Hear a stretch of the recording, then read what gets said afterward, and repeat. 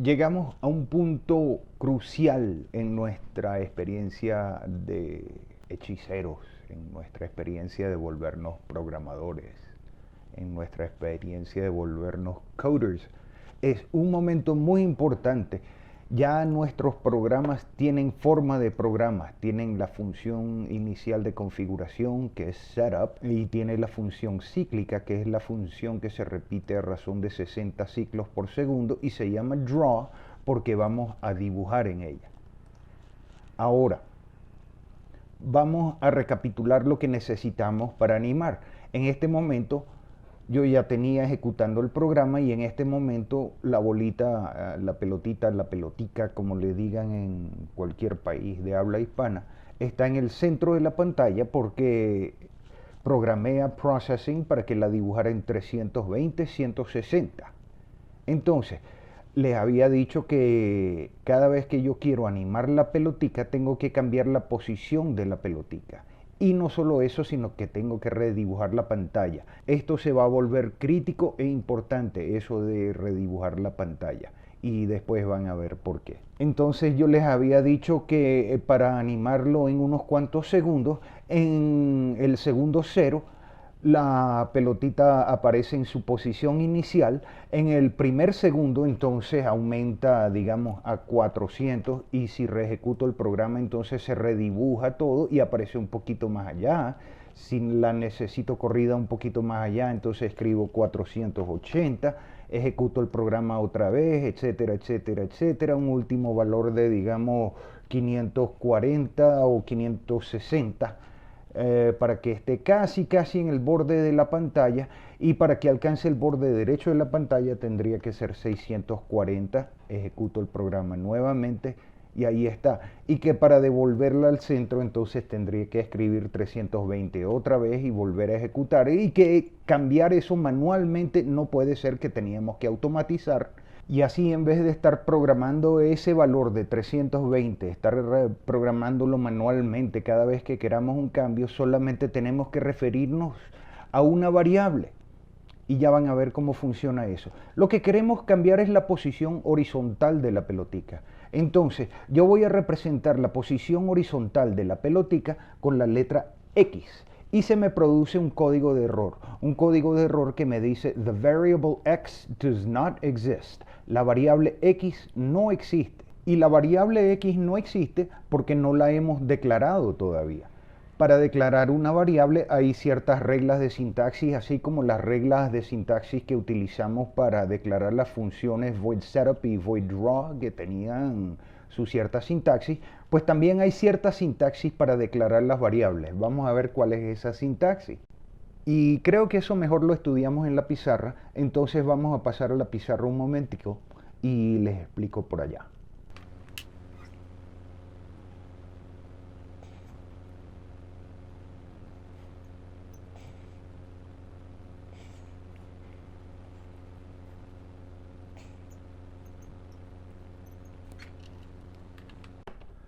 Lo que les voy a explicar es muy simple de entender, pero a mí personalmente me costó mucho entenderlo. Tuve que repetir y repetir y repetir la lección hasta que lo comprendí. Si a ustedes les pasa lo mismo, no se sientan menos. Ustedes solo tienen que repetir y repetir y el concepto se les va a hacer claro de por sí solo.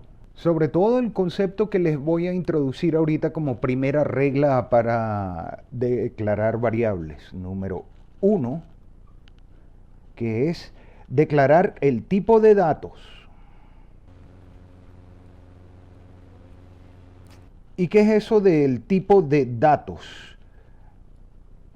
Bueno, eso es muy sencillo de entender. Imaginemos la pantalla que estamos dibujando de 640 por 320. Esto no es una representación perfecta, pero va a servir para explicar todo lo que estoy tratando de explicarle. Bueno, nosotros sabemos que esa pantalla es básicamente una cuadrícula de píxeles. Digamos, no voy a hacer los 640 porque si no estaríamos aquí mucho más tiempo de lo necesario.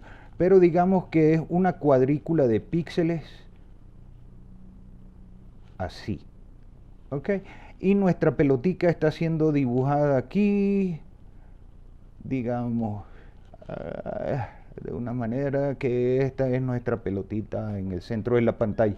Pero hablando de los píxeles en sí, yo tengo el primer píxel aquí, el segundo píxel aquí, el tercer píxel aquí, el cuarto píxel aquí, etcétera, etcétera. Pero fíjense que estoy usando números enteros, 1, 2, 3, 4. ¿Por qué? Porque no existe tal cosa como el píxel 1,5. Yo cuando le digo a la computadora que quiero colorear el primer píxel, muy bien, la computadora me lo entiende. Y cuando le digo colorear el segundo píxel, muy bien, ella también me lo entiende. Pero si yo le digo a la computadora que yo quiero que me coloree el píxel 3,5, la computadora no lo va a aceptar. Processing sí va a ser una especie de brujería que les voy a explicar a continuación. Processing va a redondear. Si ustedes le dicen que las coordenadas de algo es 3,5, Processing lo va a redondear. De 5 hacia arriba, redondea hacia el entero mayor más cercano. Y de 4 hacia abajo, o mejor dicho, de 4,9 hacia abajo, él obedece es al número entero menor más cercano. Entonces, si yo le dijera que coloree el píxel 3,5, Processing va a colorear el píxel 4 en realidad, pero no todo lenguaje de programación es así de tolerante, no todo lenguaje de programación los va a perdonar. Algunos son muy explícitos y van a arrojar un código de error y les va a decir, mira, el píxel 3,5 no existe y no te lo voy a hacer, así que corrige ese error. Eso es más o menos lo que pasa con los números enteros. Entonces, los números enteros, voy a borrar aquí un poquito y regreso cuando borre. Los números enteros en inglés se dicen de cierta manera. Permítanme borrar y les explico un poquito más. Los números enteros en inglés se llaman integers. Bueno, una S para pluralizarlo. Y en los lenguajes de programación, para no estar escribiendo demasiado, se abrevia como int. Entonces, esto es un tipo de dato. El número entero es un tipo de dato. Vamos a ver qué otro tipo de número hay, qué otro tipo de dato hay. También tenemos los números fraccionarios o los quebrados, como un medio, un cuarto, etcétera, etcétera. El ejemplo es el siguiente. Supóngase que compro una pizza o la hago a mi gusto y la quiero compartir con otra persona. La corto a la mitad. Entonces tengo media pizza de lo que antes era una pizza entera. Ahora tengo media pizza. Si la quiero compartir con 3 personas más, además de mí, la divido en 4 partes iguales. Y eso me da un cuarto. Pero estos son números fraccionales. Las computadoras realmente no manejan muy bien números fraccionales. Hacen operaciones sobre números fraccionales, o por lo menos hacen operaciones sobre números representados como fracciones, es decir, toman el 2 y lo dividen entre 1 y producen un resultado decimal. Entonces, eso sí nos interesa estudiar un poquito más. Voy a borrar otra vez y les voy a explicar los números decimales. Un número decimal en inglés se escribe igual que en español, pero se pronuncia decimal. Pero no es la nomenclatura que se utiliza en los lenguajes de programación. Para un lenguaje de programación, y sobre todo en processing, bueno, en realidad en cualquier idioma de programación hoy en día, los números decimales vienen especificados según el tipo, y el tipo más común es lo que llaman el float. Float en inglés quiere decir flotante. ¿Por qué flotante? Porque cuando tenemos un número como 0,5, que es la mitad, y lo divido entre 2, me da 0,25. De ahora en adelante voy a usar puntos cuando quiera decir coma decimal, que es en español, pero en inglés se utiliza el punto, entonces voy a sustituir la coma por el punto.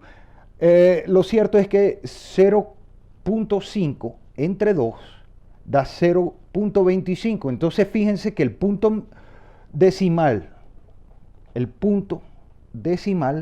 que antes estaba una posición desde la derecha, ahora está 2 posiciones desde la derecha. Se puede decir que ha flotado un punto más. Y si yo agarro 0,25 y lo divido entre 2, ¿me da cuánto? 0,125. Entonces pudiera decir que el punto ha flotado 3 posiciones decimales. Por eso se le llama float. ¿Ok? Entonces, la sintaxis para declarar variables implica, primero que nada, declarar el tipo de datos. Y el tipo de datos que vamos a utilizar para mover nuestra pelotita, por ahora no vamos a usar los floats, sino que vamos a usar los enteros, que ya sabemos que se abrevian int. Entonces vamos a pasar a la interfase de programación y les explico cómo se implementa el primer paso. Ah, no, mentira. Ahora les voy a enseñar la segunda regla de sintaxis para declarar variables. Perdón, borré más de la cuenta y tuve que reescribir la primera regla. Pero la segunda regla entonces es nombrar la variable.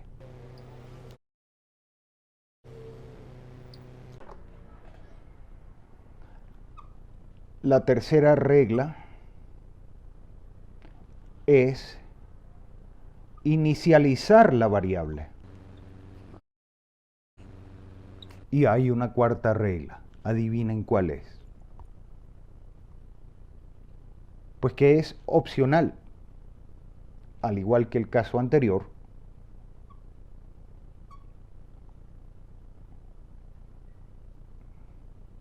es opcional usar la variable. Y ustedes desarrollarán su propia opinión acerca de si es una tontería o no la cuarta regla, pero la van a ver listada en muchos cursos de programación. De paso, insisto, todos los conceptos que están aprendiendo de processing son aplicables a cualquier lenguaje de programación. Una vez que ustedes puedan usar processing, ustedes van a estar en capacidad de aprender cualquier otro lenguaje de programación en mucho menos tiempo de lo que les costó aprender processing. La primera vez siempre es la más difícil. Por tanto, el objetivo de este curso es tratar de hacérselo lo más fácil posible. Muy bien, entonces vamos a ver cómo implementamos las reglas de sintaxis para declarar variables en nuestra interfaz de programación. Recuerden que tenemos un error aquí en nuestro programa porque estamos representando el valor de la mitad de la pantalla donde está la pelotita. En este momento, que era 320, la estamos representando como X y el código de error es the variable X does not exist, que la variable X no existe. Pero ahora estamos armados con sabiduría. Ahora sabemos las reglas de sintaxis para declarar variables. Repito, la primera es declarar el tipo de datos, la segunda nombrar la variable, la tercera inicializar la variable y la cuarta, que es opcional, que es usar la variable. Vamos a ver cómo se implementan aquí y les explico cosas que creo que no han entendido hasta ahora. Sospecho que debía haberles explicado mejor cómo es esto de inicializar la variable, pero ya se los voy a explicar aquí de vuelta en la interfaz de programación. Entonces, antes que nada, vamos a pensar algo. ¿Dónde puedo yo declarar la variable? Es decir, ¿en qué línea de código puedo declarar la variable? La verdad es que hay muchas respuestas, pero por ahora, para mantener las cosas fáciles, vamos a hacerlo aquí al principio del programa. Entonces, como les había dicho aquí, la primera regla es declarar el tipo de datos. Entonces, el tipo de dato ya habíamos dicho que es un número entero que se escribe int. ¿Ok? Pero nos está dando un nuevo código de error porque hay que hacerlo en minúsculas. Int. Int. La segunda regla es nombrar la variable y queremos representar la posición de X. Por tanto, le ponemos el nombre de X. la tercera regla de sintaxis era inicializar la variable. Y como ustedes recordarán, le puse una flechita roja. Inicializar la variable no es sino darle algún valor. Y tenemos que darle un valor de número entero. Entonces, como les dije, int x va a tener un valor de un número entero igual a 320. Y cerramos con punto y coma. Siempre con punto y coma cerrar cualquier expresión que nosotros hagamos. Siempre cerramos cualquier expresión que hagamos con punto y coma. No cerramos con punto y coma las funciones, sino las expresiones individuales. Estos son expresiones individuales, mientras que esto es un bloque de código entero. Bueno, lo cierto es que aquí ya hemos hecho las tres primeras reglas de sintaxis y la verdad es que esas son las más importantes. Hemos declarado el tipo de datos que vamos a utilizar, le dimos un nombre y la inicializamos con un valor de 320. Luego cerramos con punto y coma. Entonces, el código de error que teníamos aquí abajo desapareció porque ahora sí creamos una variable, ya existe la variable llamada x y está formalmente declarada utilizando las reglas de sintaxis que habíamos aprendido. Como les dije, si hace falta, repitan y repitan y repitan este video, que tarde o temprano, eso es como practicar piano o practicar guitarra. Tarde o temprano uno coge la melodía, uno puede tocarla fluidamente. Repitan y persistan, que esto no es difícil. Entonces, ahora es donde ocurre la hechicería. Ahora que hemos declarado la existencia de una variable y que hemos cambiado la posición numérica por una variable que ya hemos declarado, entonces ahora podemos animar, ahora podemos darle vida, ahora podemos automatizar el cambio de esa posición. Esa era nuestra meta original, ¿se acuerdan? Que incrementara de 320 a 400 y de ahí a 480 y de ahí a 540 hasta que llegara al borde derecho de la pantalla. Fíjense que utilicé una palabra clave ahorita. Yo quiero incrementar el valor de x con el tiempo. Yo quiero incrementar el valor de x cada vez que esta función cicle. Y ya sabemos que draw es un loop. Ahora deben estar juntándose muchos conceptos en su mente. El valor de x se va a ir incrementando con cada vuelta de draw, que está refrescándose cada 60avo de segundo, 60 veces por segundo. Ahora vamos a ver cómo se hace esa automatización. Pues es muy fácil.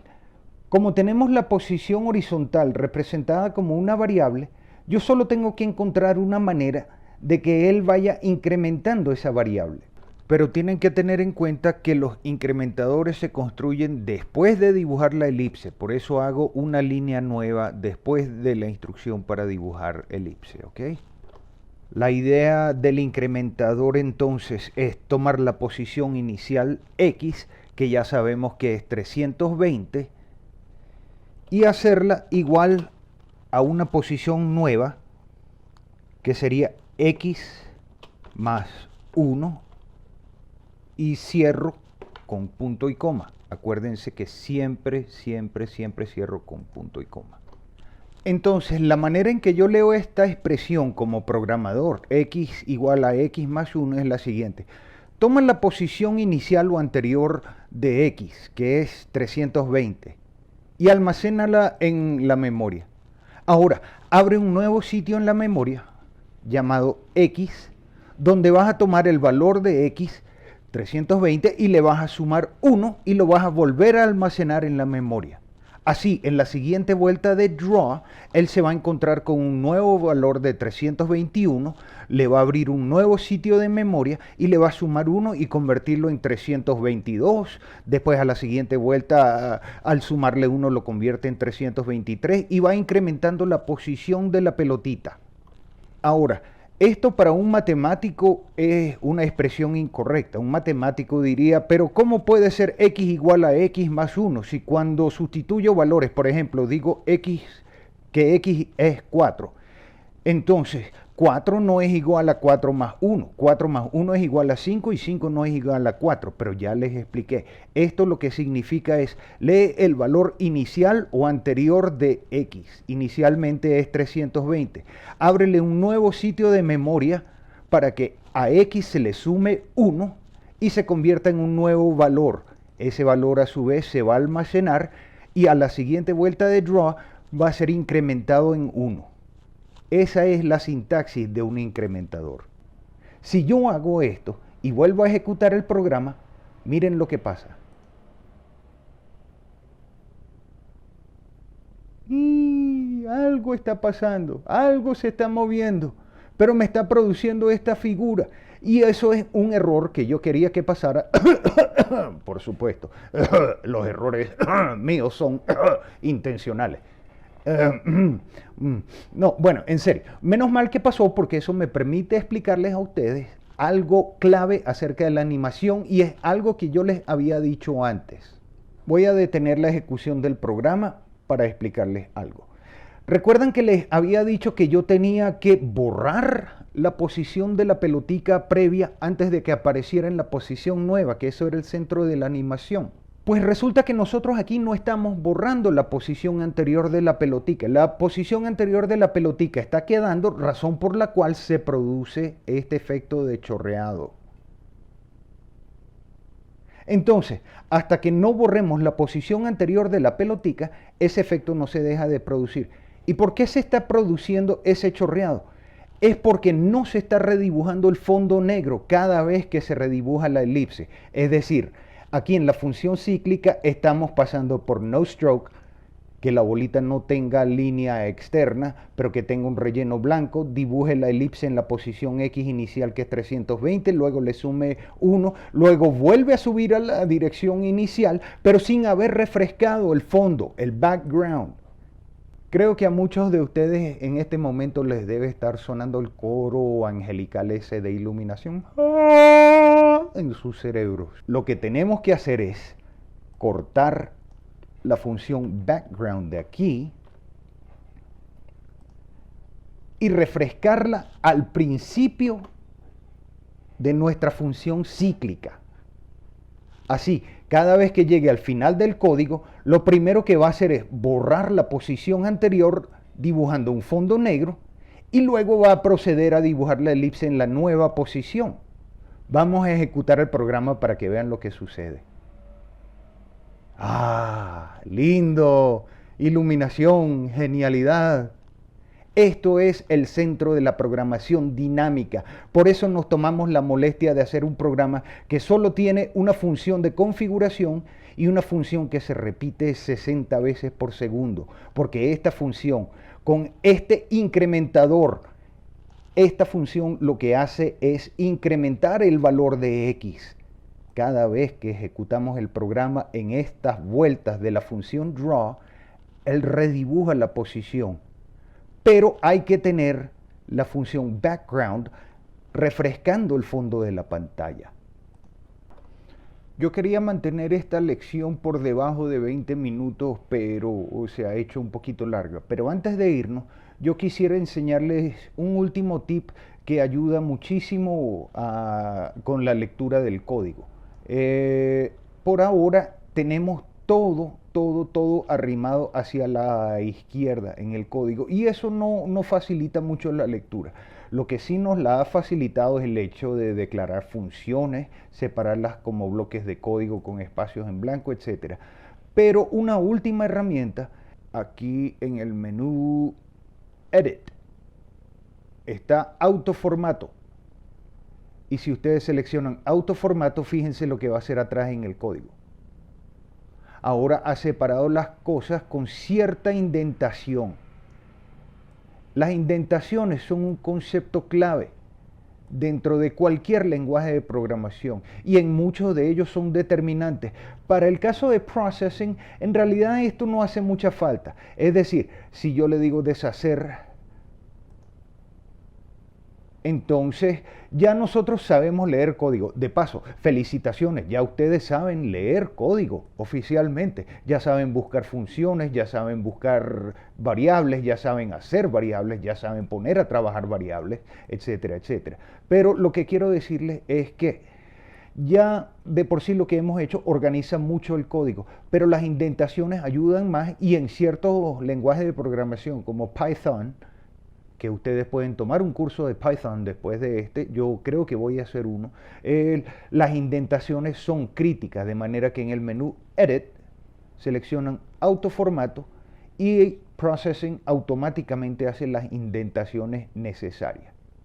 Fíjense que con las indentaciones ya automáticamente yo sé que estos tres comandos pertenecen a void draw y están encerrados por estas llaves.